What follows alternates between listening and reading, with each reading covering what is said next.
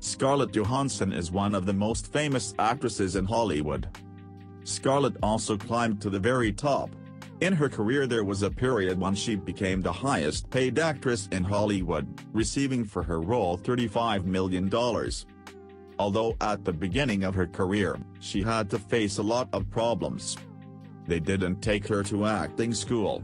And when she came to try out for a movie, it turned out that Lindsay Lohan had already run in, and there was no room for Scarlett.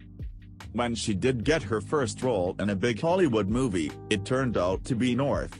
It was Bruce Willis's biggest flop, in the first half of the 90s. The film was so unnecessary that no one remembers it now. And if it does show up, it's usually due to a bunch of Golden Raspberry nominations and the spectacular Die Hard costume. Even funnier, Scarlett's second big movie was Just Cause by Sean Connery, which also decided to fail. After that, the actress delivered a death blow, Home Alone 3, which the series could not survive and went on video. The actress also tried to audition for Jumanji, but lost out to Kirsten Dunst at the auditions. So the movie was a big hit. If Scarlett were older in these films, and her roles were bigger, perhaps we would not have known about such an actress, and her career would have ended somewhere in the second half of the 90s. But when she was past the age where discounts and Robert Redford and his The Horse Whisperer happened. And today we would like to remember the talented actress Scarlett Johansson, who managed to become a superstar in Hollywood. Scarlett knows all the jokes about her height, voice, and ask, and she agrees that she would be best suited for the role of as the Smoking Hobbit. But there were no such roles. She had to work her way through other films. What is curious, in order for Scarlett to get into one of the main roles in The Horse Whisperer, many stars aligned in the sky to take her for a movie role. No one thought, more precisely, did not think, Robert Redford, who played the main male role in the film. He worked as a director and a producer at the same time. He wanted to sign Natalie Portman for the role, but Portman declined. Robert Redford and his horses, she traded for Broadway then. Robert decided to take, for the role of Kate Bosworth. She agreed at first, but then began to persuade to give her another role in the same movie, and Redford agreed to it. Moreover, the role required an experienced writer, and Bosworth just had the necessary skills. Only after that, had to pay attention to Scarlett Johansson, who was a little younger, the required age. But at the casting, she looked preferable to the older of the applicants. At the box office, on a budget of $60 million, the film grossed $186 million, earning it Oscar and Golden Globe nominations. Here, already noticed in Scarlett Johansson. After that, Scarlett began to offer more impressive roles. It was not a particularly famous tape, such as My Brother the Pig, but the actress was distinguished from the entire cast, calling it a talent. And the career was slowly moving forward. The next landmark project for her was Ghost World, and once again, different stars aligned in the sky. The main roles in the film were to play Thora Birch, Christina Ricci, but Ricci just before the start of filming refused to play a role, and Thora Birch quickly jumped in her place. Quickly began to look for some actress who can come to the set and start shooting tomorrow. Scarlett turned out to be that actress. At the box office, the film performed poorly, grossing $8 million on a budget of $7. But the picture again got nominations for an Oscar and a Golden Globe. Well, most importantly, Linda was rapidly gaining cult status in America. Nearby, Scarlett has also infiltrated the Coen brothers' new film The Man Who Wasn't There. It was also mediocre at the box office, but like almost all of the Coen films, the critics worshipped it, and lauded everyone who appeared in such an amazing film, remembering Johansson, who was only 17 years old at the time. It wasn't until 2002 that she had her first dangerous box office failure. It was Eight-Legged Freaks, another failed production project of Roland Emmerich. The critics were happy to blow up with bad reviews, the same ratings met it and the average viewer. The film was conceived as a comedy franchise and promised in a couple of years to issue a sequel, but after the failure, Of course, all about the picture quickly forgotten. And Scarlett managed, even before the movie hit the box office, to sneak into 2 films, thanks to which her career took off. These films were the $10 million Girl with the Pearl Earring and the $4 million Lost in Translation. Lost in Translation was Scarlett's first film where she was asked to demonstrate in the frame the ability to wear transparent panties, and she refused to do so until director Sofia Coppola filmed herself in the same scene, in the same panties. Scarlett was still 17 at the time of filming. But back then it wasn't as scary as it is nowadays, so such moments didn't bother anyone. With a budget of $4 million, Lost in Translation grossed $118 million at the box office. The film was slammed with various Oscar and Golden Globe nominations. Johansson also received her share of fame at the Golden Globe. With Girl with the Pearl Earring, Scarlett had a bit of luck as usual. Kate Hudson left the film. She had a disagreement with the director of the film. She wanted to look a little different in the frame and refused to wear the rags that were offered to her. To replace her, quickly signed Johansson, who was 5 years younger than necessary, but the actress at the beginning of his career often played the characters that were older in the script. So here too, no one saw a problem. The box office success was not as impressive as Lost in Translation, but Lanta took its $32 million on a budget of $10. For the next couple of years, Scarlett appeared in films, mostly in the background. Some of them, like The Perfect Score, failed, but others, like In Good Company, did well at the box office. Particularly difficult in the career of an actress was in 2005. This year she had 3 films at once: The Black Dahlia, Island, Match Point.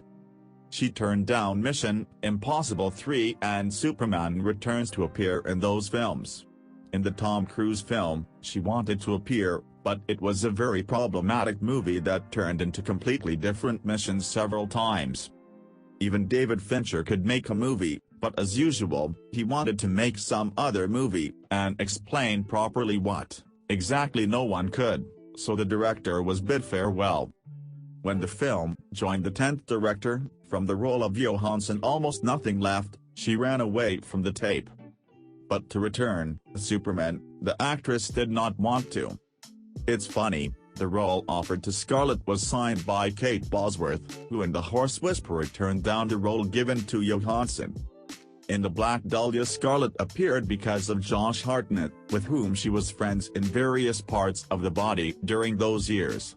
Failure followed Josh in those years on all the films where he appeared. The Black Dahlia was no exception. The premiere of the tape several times postponed and intensely cut. When it hit theaters, it managed to collect only $49 million, with a budget of $50.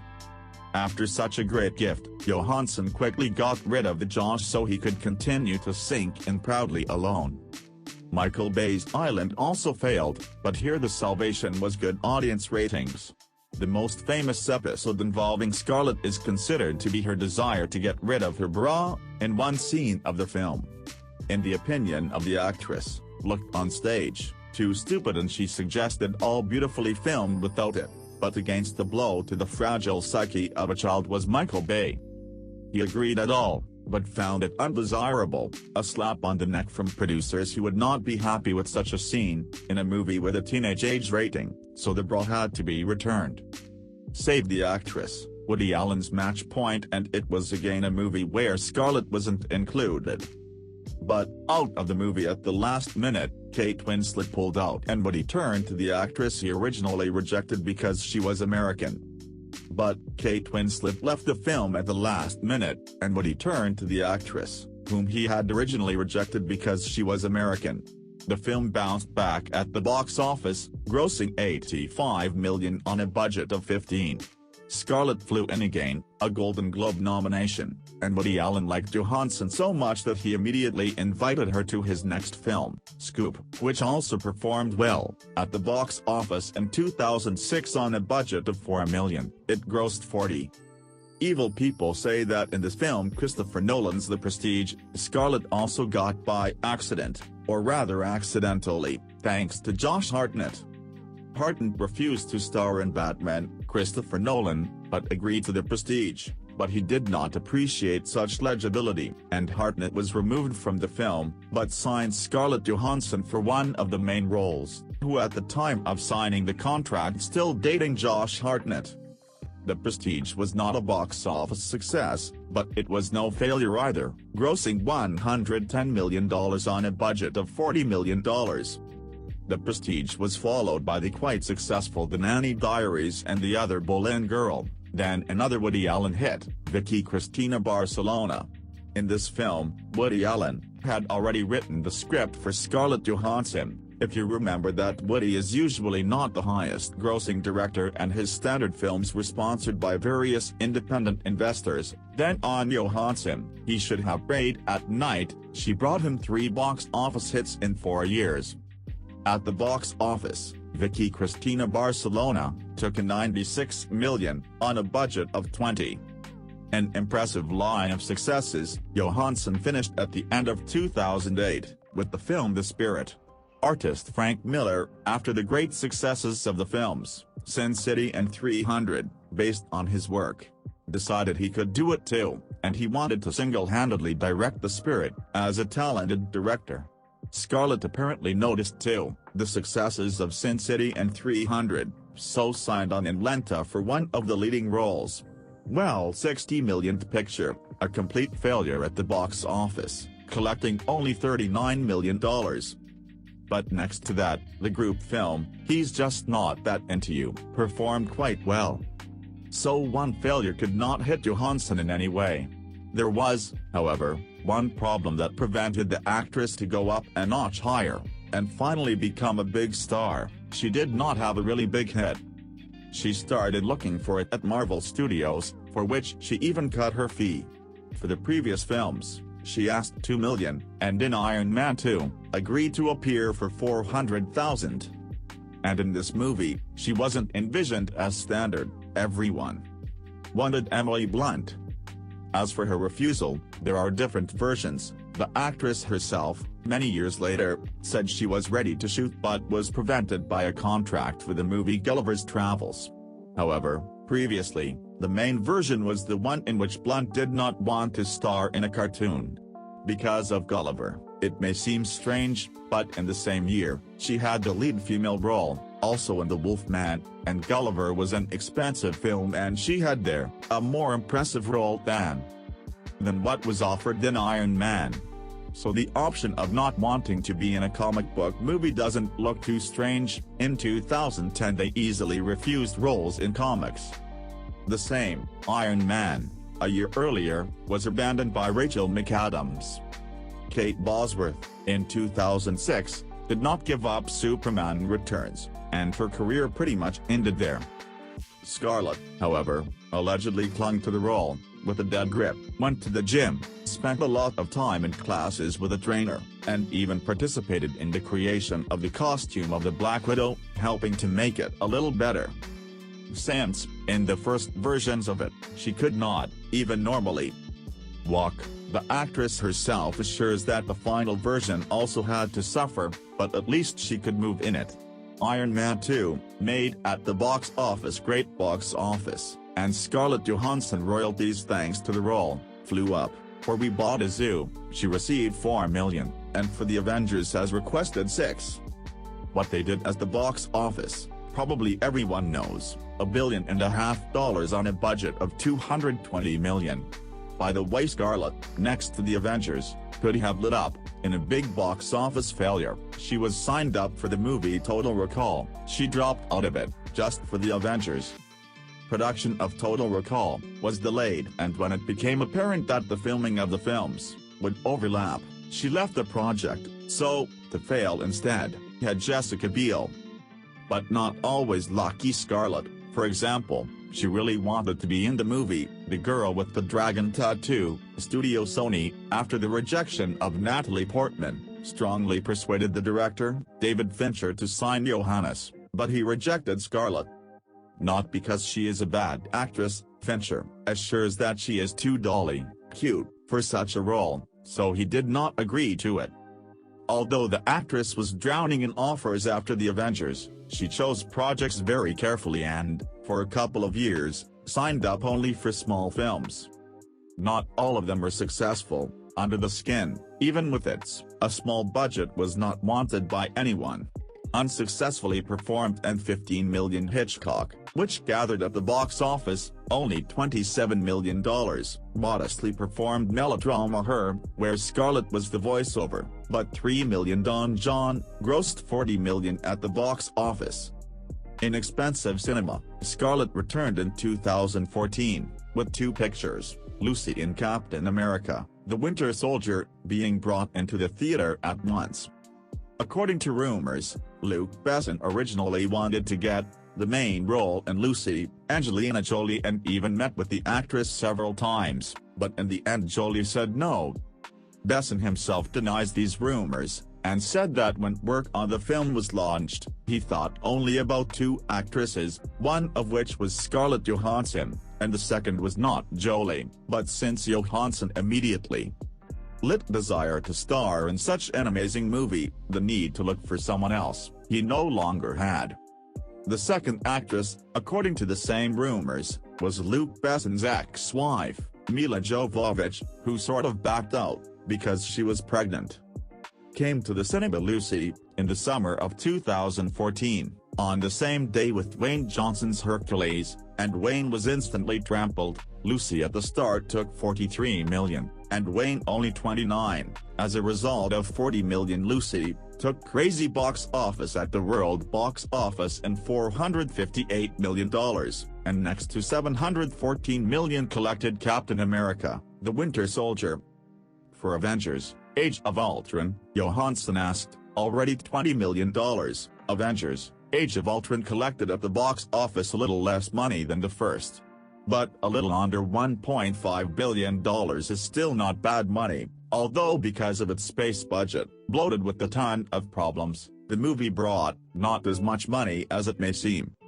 The film's production budget alone, $365 million, and if Forbes is to be believed, the reshoots and hell on set inflated the film's budget to $495 million, but in any case, the nearly $1.5 billion box office, the film is turning a profit. Before Captain America: Civil War in 2016, for which the actress had already received $25 million, she popped into Lento, Hail, Caesar.